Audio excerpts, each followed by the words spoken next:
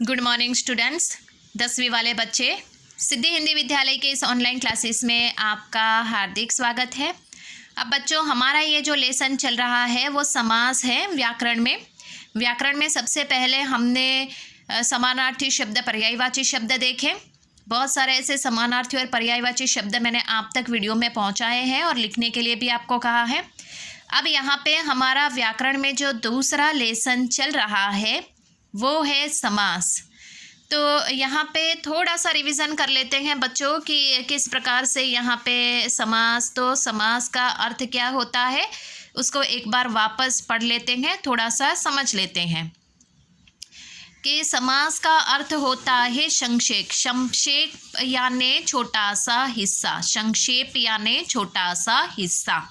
जैसे पाठ जो होता है वो पाठ कितना विस्तार से लिखा हुआ होता है, लेकिन उसका जो शीर्षक होता है वो संक्षेप में होता है। तो इसी प्रकार से ये उदाहरण मैंने आपको दिया। अब यहाँ पे बहुत बड़े साहित्यकार जो हैं पंडित कामता प्रसाद गुरु ने यहाँ पे समास की अपनी ओर से परिभाषा हमारे सामने रखी है कि दो या दो से अधिक शब्दों का परस्पर संबंध बतलाने वाले शब्दों अथवा प्रत्ययों का लोप होने पर उन दो या दो से अधिक से शब्दों के जो स्वतंत्र शब्द बनता है उसे क्या कहते हैं? सामासिक शब्द। अब यहाँ पे उससे थोड़ा और आगे बढ़ते हैं। विभिन्न शब्दों के समूह को संक्षिप्त करके बना शब्द समस्त पद कहलाता है। तो अब यहाँ पे मैंने उदाहरण में आपको आगे वाले वीडियो में माता और पिता, ठीक है, तो माता पिता लिखते हैं तो यहाँ पे उसको लिखते हैं तो माता और पिता, तो मतलब माता पिता के बीच में और नाम का ये जो शब्द है ये क्या हुआ? प्रत्यय। लोप, उसका लोप हो जाता है। लोप होना यानी कि गायब हो जाता है। ये और नाम का शब्द को हम गायब कर दे या निकाल दे तो माता पिता, ठीक है। तो माता पिता कैसे लिखेंगे? आपको पता होगा कि माता और पिता जब हम लिखते हैं तो माता डैश पिता, ऐसे बीच में एक डैश का चिन्ह लगाते हैं, ठीक है। तो ये क्या हुआ? समस्त पद, संक्षिप्त। तो यहाँ पे समस्त पद के दो पद मैंने कल आपको बताए थे। पहला पद जो आगे का होता है वो पूर्व पद होता है, पूर्वा यानी आगे वाला। पहला उत्तर, उत्तर यानी पीछे वाला। तो दो ही पद तो होते हैं, तो पहला पद जो होता है वो पूर्व पद और उसके पीछे का जो दूसरा पद होता है वो उत्तर पद। उसका मैंने एक उदाहरण भी बच्चों आपको बताया था कल। त्रिफला, त्रिफला, त्रि यानी संख्या, कौन सी? तीन, फला यानी फल, तीन प्रकार के फल। तो यहाँ पे तीन क्या हुआ? पूर्व पद, और इसके पीछे का जो शब्द है वो फल क्या हुआ? उत्तर पद। तो यहाँ तक बच्चों हमने देखा था, ये मैंने आपको रिवीजन करवाया। अब बच्चों यहाँ से थोड़ा और आगे बढ़ते हैं। उसके कुछ तीन एक प्रकार बताए गए हैं यहाँ पे मुद्दे जैसे, उसको हम देख लेते हैं। पहला क्या है? समास कम से कम दो पदों का योग होता है। बिल्कुल सही बात बच्चों।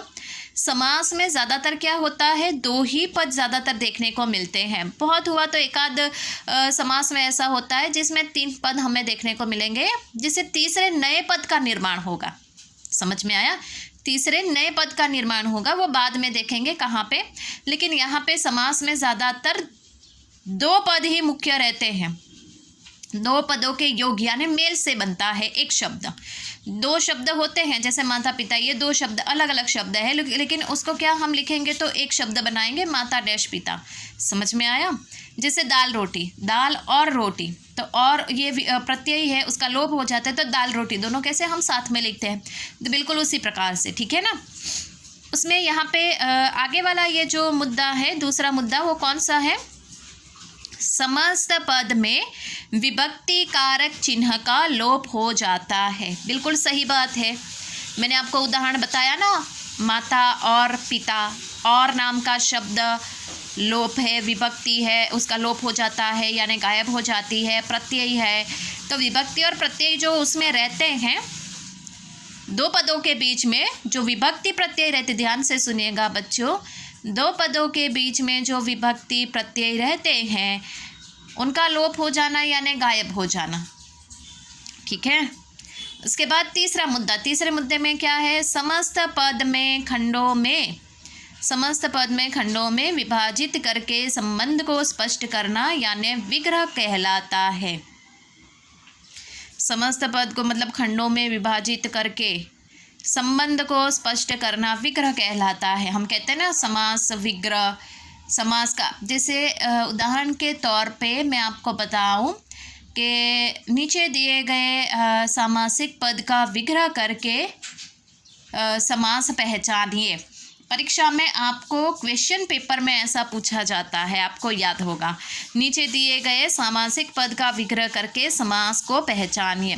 तो विग्रह करना मतलब क्या होता है पता है? जैसे कि एक शब्द आपको दिया हुआ होता है, आपको उसको तोड़ना है। विग्रह यानी तोड़ना। दो शब्दों को विभिन्न करते हैं, मतलब अलग अलग करते हैं कोई प्रत्यय या विभक्ति के आधार पे। जैसे माता डैश पिता, ये शब्द लिखा है। मैं बार बार ये उदाहरण आपको इसके लिए दे रही हूँ ताकि आपकी समझ में समास क्या है वो तुरंत आ जाए। उदाहरण के तौर पे माता डैश पिता, तो उसकी हम यहाँ पे विग्रह करेंगे। विग्रह करना यानी तोड़ना, तो कैसे करेंगे? माता और पिता, ठीक है। और ये जो प्रत्यय है उसका और प्रत्यय से हमने दो शब्द जोड़े हैं। कौन सा? माता और पिता। और ये जो लगा हुआ है उससे हम पहचानेंगे कि ये समास के कौन से प्रकार में आता है। द्विगु में आता है, द्वंद्व में आता है, तत्पुरुष में आता है, अव्यय में आता है, बहुव्रीहि में आता है। समझ में आया? तो बिल्कुल उसी प्रकार से विग्रह करना यानी तोड़ना। तो यहाँ पे ये 3 ही मुद्दे दिए हुए हैं। अब बच्चों यहाँ पे आगे के पेज पे हम क्या देखेंगे? समास के भेद। बिल्कुल भी जल्दबाजी नहीं करेंगे, धीरे से आराम से हम ये सामासिक पद को सीखेंगे। यहाँ पे समास में हमारे हिंदी भाषा के भीतर समास के कई भेद हैं। कौन कौन से वो मैं आपको बता देती हूँ। यहाँ पे देखो मैंने ये बताया हुआ है, ये पूरा चार्ट। तो यहाँ पे बीच में लिखा हुआ है समास के प्रकार, ठीक है। बीच में लिखा हुआ है समास के प्रकार। कौन कौन से समास के प्रकार है? यहाँ पे एक देखो, तत्पुरुष समास, दूसरा है द्वंद्व समास, तीसरा है द्विगु समास, चौथा है कर्मधारय समास, पांचवा है बहुव्रीहि समास और छठा है अव्ययी भाव समास, ठीक है। यहाँ पे 6 समास के प्रकार हमें पढ़ने हैं। अब बच्चों यहाँ पे तत्पुरुष समास के भी उप प्रकार है। जैसे कि आपको संस्कृत में याद होगा, हम विभक्ति पढ़ते थे। का के लिए, में पर से, संप्रदान के लिए अपादान, आपको याद होगा।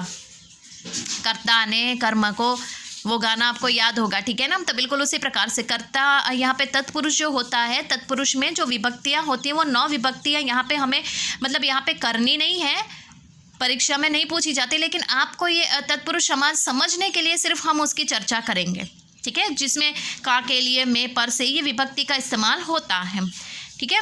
तो यहाँ पे सबसे पहले तो मैं आपको बता दूँ, मैंने आपको ये बता ही दिया है कि समास के हिंदी भाषा के भीतर समास के 6 प्रकार होते हैं। यहाँ पे पहला है तत्पुरुष समास, दूसरा है द्वंद्व समास, तीसरा है द्विगु समास, चौथा है कर्मधारय समास, पांचवा बहुव्रीहि समास और छठा है अव्ययी भाव समास। तो बच्चों आज के इस यहाँ पे धीरे धीरे समास को सीखेंगे, बिल्कुल जल्दबाजी नहीं करेंगे। जितना जितना मैंने आपको बताया उतना उतना जिसके पास कॉपी नहीं है उसको लिखना है मेहरबानी करके, और जिसके पास कॉपी है वो अपनी कॉपी में ध्यान देंगे। यहाँ पे हम समास पढ़ रहे हैं बच्चों, तो 9th वाले बच्चों के पास ये पूरा मटेरियल पहले से होगा ही होगा। तो 10वीं में भी यहाँ पे समास आपको 2 अंकों में पूछे जाएंगे बच्चों, तो मेहरबानी करके यहाँ पे आपको मतलब ये करना है। समझ में आया? तो यहाँ पे बच्चों रुकेंगे और इसके बाद यहाँ पे नेक्स्ट वाले वीडियो से हम क्या करेंगे, सबसे पहले तत्पुरुष समास को पढ़ना शुरू करेंगे। सबसे समास का जो पहला प्रकार है तत्पुरुष समास, हम उसकी परिभाषा को देखेंगे, उसके तरह तरह के उदाहरणों को देखेंगे और फिर उसके उपभेद कौन कौन से हैं वो देखेंगे जो आज तक हमने नहीं देखे हैं। उपभेद कौन कौन से प्रकार तत्पुरुष के जो है ना, वो यहाँ पे विभक्ति जो संस्कृत में आप पढ़ के आए हो, का के लिए, में पर से, कर्ता ने, करण को, अपादान के लिए, संप्रदान के, तो ये वो है वो विभक्तियाँ हमें यहाँ पे तत्पुरुष समास में पढ़नी है, ठीक है। तो बच्चों आज के इस वीडियो में यहाँ तक रुकते हैं। आगे वाले वीडियो में हम इसके आगे के अब जो समास के प्रकार है उसकी शुरुआत करेंगे। Thank you.